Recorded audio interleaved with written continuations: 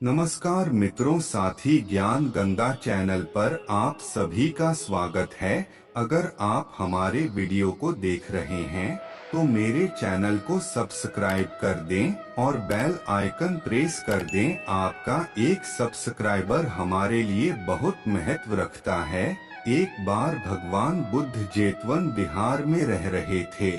भिक्षु चक्षुपाल भगवान से मिलने के लिए आए थे।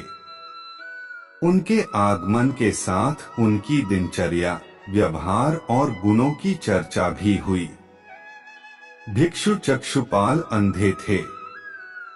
एक दिन बिहार के कुछ भिक्षुओं ने कुछ मरे हुए कीड़ों को चक्षुपाल की कुटी के बाहर पाया और उन्होंने चक्षुपाल की निंदा करनी शुरू कर दी कि उन्होंने इन जीवित प्राणियों की हत्या की। भगवान बुद्ध ने निंदा कर रहे उन भिक्षुओं को बुलाया और पूछा कि क्या तुमने भिक्षु को कीड़े मारते हुए देखा है? उन्होंने उत्तर दिया, नहीं। इस पर भगवान बुद्ध ने उन साधकों से कहा कि जैसे तुमने उन्हें कीड़ों को मारते हुए नहीं देखा, वैसे ही चक्षुपाल ने भी उन्हें मरते हुए नहीं देखा और उन्होंने कीड़ों को जानबूझकर नहीं मारा है, इसलिए उनकी भर्त्सना करना उचित नहीं है। भिक्षुओं ने इसके बाद पूछा कि चक्षुपाल अंधे क्यों हैं? उन्होंने इस जन्म में अथवा पिछले जन्म में क्या पाप किए? भगवान बुद्ध ने चक्षुपाल के बारे में कहा कि वे पूर्व जन्म में एक चिकित्सक थे। एक अंधी स्त्री ने उनसे वादा किया था कि यदि वे उसकी आंखें ठीक कर देंगे तो वह और उसका परिवार उनके दास बन जाएंगे। स्त्री की आंखें ठीक हो गईं, पर उसने दासी बनने के भय से यह मानने से इनकार कर दिया। चिकित्सक को तो पता था कि उस स्त्री की आंखें ठीक हो गई हैं। वह झूठ बोल रही है। उसे सबक सिखाने के लिए या बदला लेने के लिए चक्षुपाल ने दूसरी दवा दी। उस दवा से महिला फिर अंधी हो गई। वह कितना ही रोई पीटी, लेकिन चक्षुपाल जरा भी नहीं पसीजा। इस पाप के फलस्वरूप अगले जन्म में चिकित्सक को अंधा बनना पड़ा। एक बार भगवान बुद्ध अपने अनुयायियों के साथ किसी गांव में उपदेश देने जा रहे थे। उस गांव से पूर्व ही मार्ग में उन लोगों को जगह-जगह बहुत सारे गड्ढे खुदे हुए मिले। बुद्ध के एक शिष्य ने उन गड्ढों को देखकर जिज्ञासा प्रकट की, आखिर इस तरह गड्ढे का खुदे होने का तात्पर्य क्या है? बुद्ध बोले, पानी की तलाश में किसी व्यक्ति ने इतने गड्ढे खोदे हैं। यदि वह धैर्यपूर्वक एक ही स्थान पर गड्ढे खोदता तो उसे पानी अवश्य मिल जाता, पर वह थोड़ी देर गड्ढा खोदता और पानी न मिलने पर दूसरा गड्ढा खोदना शुरू कर देता। व्यक्ति को परिश्रम करने के साथ धैर्य भी रखना चाहिए। एक बार भगवान बुद्ध भिक्षा के लिए एक किसान के यहाँ पहुँचे। तथागत को भिक्षा के लिए आया देखकर किसान उपेक्षा से बोला, श्रमण, मैं हल जोतता हूँ और तब खाता हूँ। तुम्हें भी हल जोतना और बीज बोना चाहिए और तब खाना खाना चाहिए। बुद्ध ने कहा, महाराज, मैं भी खेती ही करता हूँ। इस पर किसान को जिज्ञासा हुई और वह बोला, मैं न तो तुम्हारे पास हल देखता हूँ, न बैल और न ही खेती का स्थल। तब आप कैसे कहते हैं कि आप भी खेती ही करते हो? आप कृपया अपनी खेती के संबंध में समझाइए।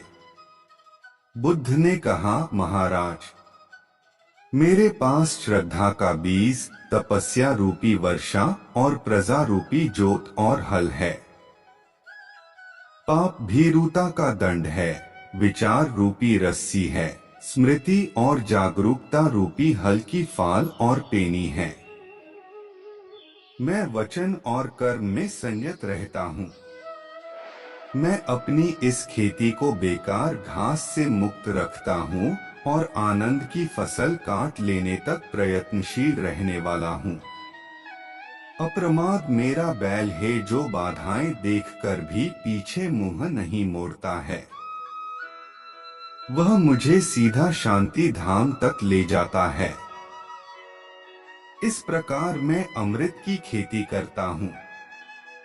भगवान बुद्ध का जब पाटलिपुत्र में शुभागमन हुआ तो हर व्यक्ति अपनी अपनी सांपत्तिक स्थिति के अनुसार उन्हें उपहार देने की योजना बनाने लगा। राजा बिंबिसार ने भी कीमती हीरे, मोती और रत्न उन्हें पेश किए। बुद्धदेव ने सबको एक हाथ से सहर्ष स्वीकार किया। इसके बाद मंत्रियों, सेठों, साहूकारों ने अपने अपने उपहार उन्हें अर्पित किए और बुद्धदेव ने उन सबको एक हाथ से स्वीकार कर लिया। इतने में एक बुढ़िया लाठी टेकते वहां आई। बुद्धदेव को प्रणाम कर वह बोली, भगवन, जिस समय आपके आने का समाचार मुझे मिला उस समय मैं यह अनार खा रही थी। मेरे पास कोई दूसरी चीज न होने के कारण मैं इस अधखाए फल को ही ले आई हूँ। यदि आप मेरी इस तुच्छ भेंट स्वीकार करें तो मैं अहोभाग्य समझूंगी। भगवान बुद्ध ने दोनों हाथ सामने कर वह फल ग्रहण किया। राजा बिंबिसार ने जब यह देखा तो उन्होंने बुद्धदेव से कहा, भगवान क्षमा करें, एक प्रश्न पूछना चाहता हूँ।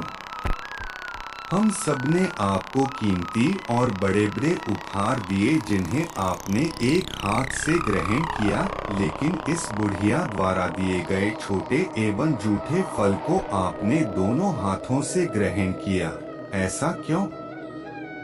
यह सुन बुद्धदेव मुस्कराए और बोले, राजन, आप सबने अवश्य बहुमूल्य उपहार दिए हैं, किंतु यह सब आपकी संपत्ति का 10वां हिस्सा भी नहीं है। आपने यह दान दीनों और गरीबों की भलाई के लिए नहीं किया है, इसलिए आपका यह दान सात्विक दान की श्रेणी में नहीं आ सकता। इसके विपरीत इस बुढ़िया ने अपने मुंह का कौर ही मुझे दे डाला है। भले ही यह बुढ़िया निर्धन है, लेकिन इसे संपत्ति की कोई लालसा नहीं है। यही कारण है कि इसका दान मैंने खुले हृदय से दोनों हाथों में ले लिया। प्रिय दर्शकों, भगवान बुद्ध की कहानी आप सबको कैसी लगी कमेंट में बताइए। चलते चलते आप सभी को प्रेम भरा नमस्कार। मिलते हैं अगले वीडियो में।